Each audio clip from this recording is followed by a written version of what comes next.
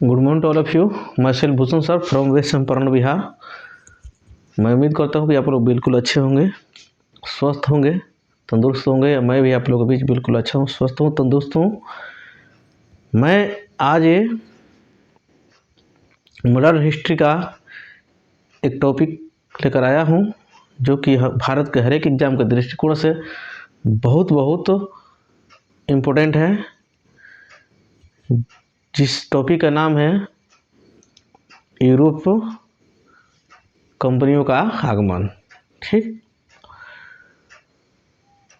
यानी इस टॉपिक में हम लोग को पढ़ना है जो कौन कौन से कंपनी, यूरोप के कौन कौन से कंपनी हमारे भारत देश में कब कब आया और कैसे कैसे काम को संचालित किया।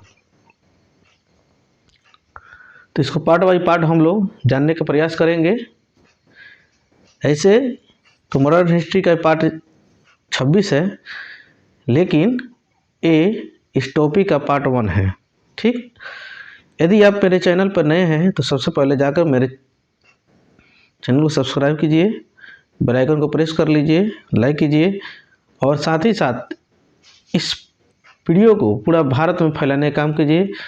और पार्ट 1 से देखिए, और बहुत से सारे मैथ के बेसिक से लेकर एडवांस तक मैंने वीडियो अपलोड कर चुका हूँ, उसको भी जाके देखिए और लोगों के बीच में शेयर कीजिए। तो ठीक है, चल रहा हूँ मैं अपना वीडियो को शुरू करने। ये टॉपिक है यूरोप कंपनियों का भारत में कब कब माने आगमन होता है उसके बारे में ना। तो भारत में यूरोप कंपनी सबसे पहले डच आता है, उसके बाद से अंग्रेज सब आता है, फ्रांस डेनिश आता है, फ्रांसीसी आता है सब। ठीक, हालांकि जो डच तो पहले आया, लेकिन डच से और अंग्रेज बाद में आया सब। लेकिन डच से पहले अंग्रेज सब क्या किया था, अपना ईस्ट इंडिया कंपनी को स्थापित कर दिया था। सब आया बाद में, लेकिन कंपनी अपना स्थापित कर दिया पहले। ठीक, तो सबसे पहले हम लोग शुरू करते हैं कि पुर्तगाली ईस्ट इंडिया कंपनी। क्या शुरू कर रहे हैं? पुर्तगाली ईस्ट इंडिया कंपनी। तो इस कंपनी का जो स्थापना होता है 1498 में होता है। कब होता है? 1498 में होता है। एक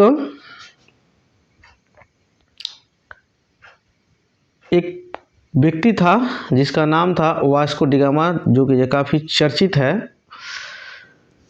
जो कि 7 मई 1498 को भारत में वो आता है, जिसको कहा जाता है कि इसने भारत के खोज किया था। हालांकि ये भारत भूला थोड़े था, ये भारत के खोज किया था। भारत तो पहले से था ही, लेकिन कंसेप्ट यहाँ पर है भारत के पास तक आने में, यूरोप से भारत तक आने में कौन से रास्ता है, इसका खोज किया था, ना कि ये भारत की खोज किया था। ठीक, कौन से सारे समुद्री मार्ग है जिस मार्ग से भारत तक पहुंचा जाए, उसका खोज किया था कौन? Vasco D gamma. उसने जब भारत में जब आया तो कहाँ पर आता है? केरल है, केरल में आता है, जो कि ये केरल के कालीकट बंदरगाह पर उसने पहुंचता है। और एक व्यक्ति थे अब्दुल मजीद, उन्हीं को मार्ग प्रदर्शक के रूप में वो आता है। और कालीकट यानी केरल के जो शासक थे, जिनका नाम था जमोरिन। क्या नाम था? जमोरिन। जब वास्को डी गामा जब केरल में आता है तो जमोरिन इसका भव्य क्या करते हैं? स्वागत करते हैं।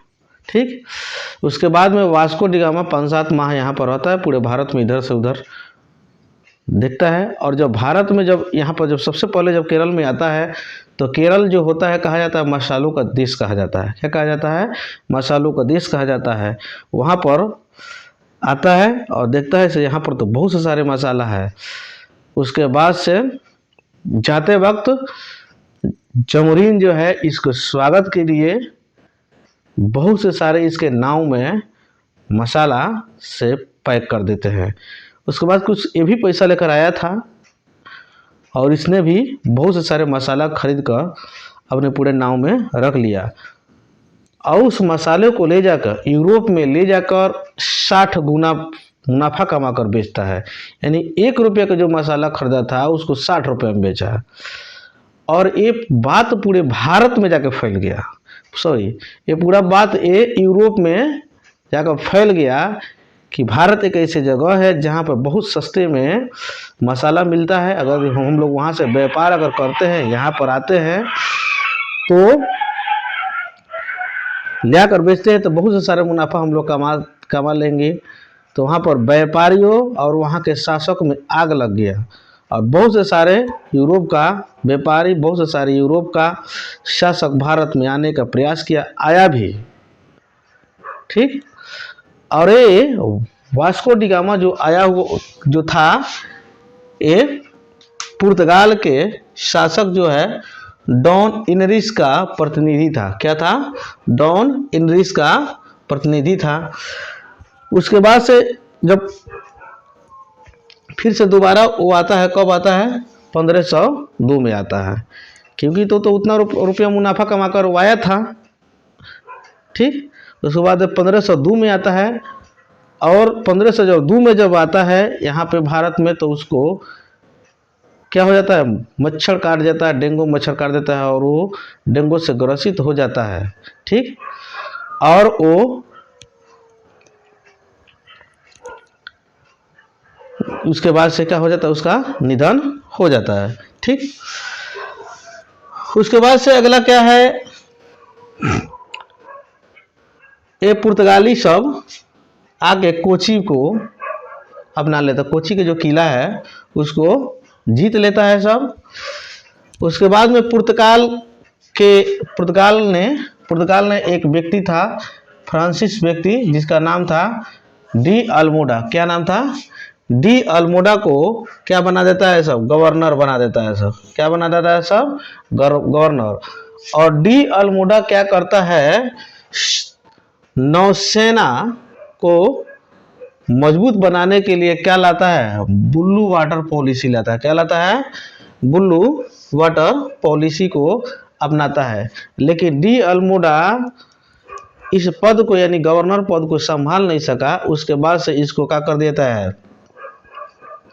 डी अल्मोडा को वहां से उसके स्थान से हटा दिया जाता है। उसके बाद से 1509 में एक व्यक्ति था जिसका नाम था अल्बुकर्क। क्या नाम था? अल्बुकर्क को पुर्तगाल के गवर्नर चुना जाता है।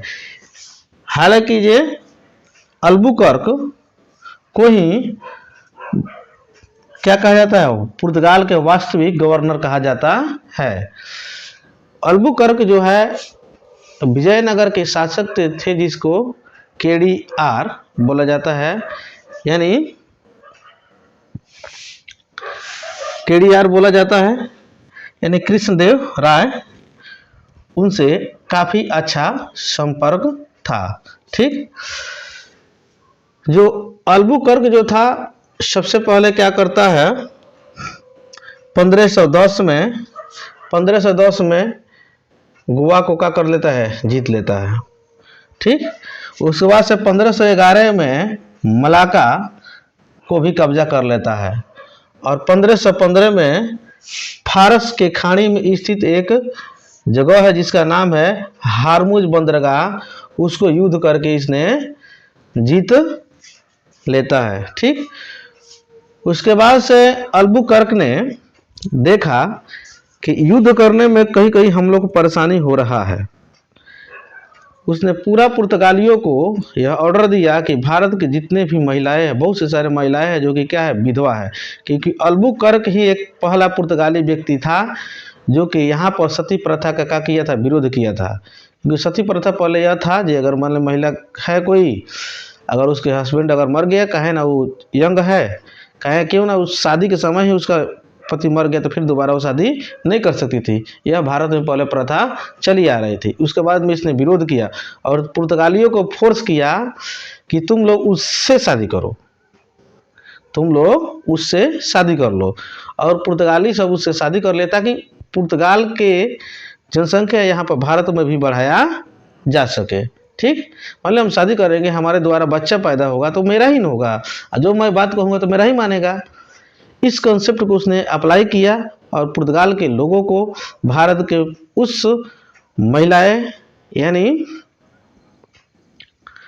विधवा महिलाओं से शादी करने को प्रेरित किया।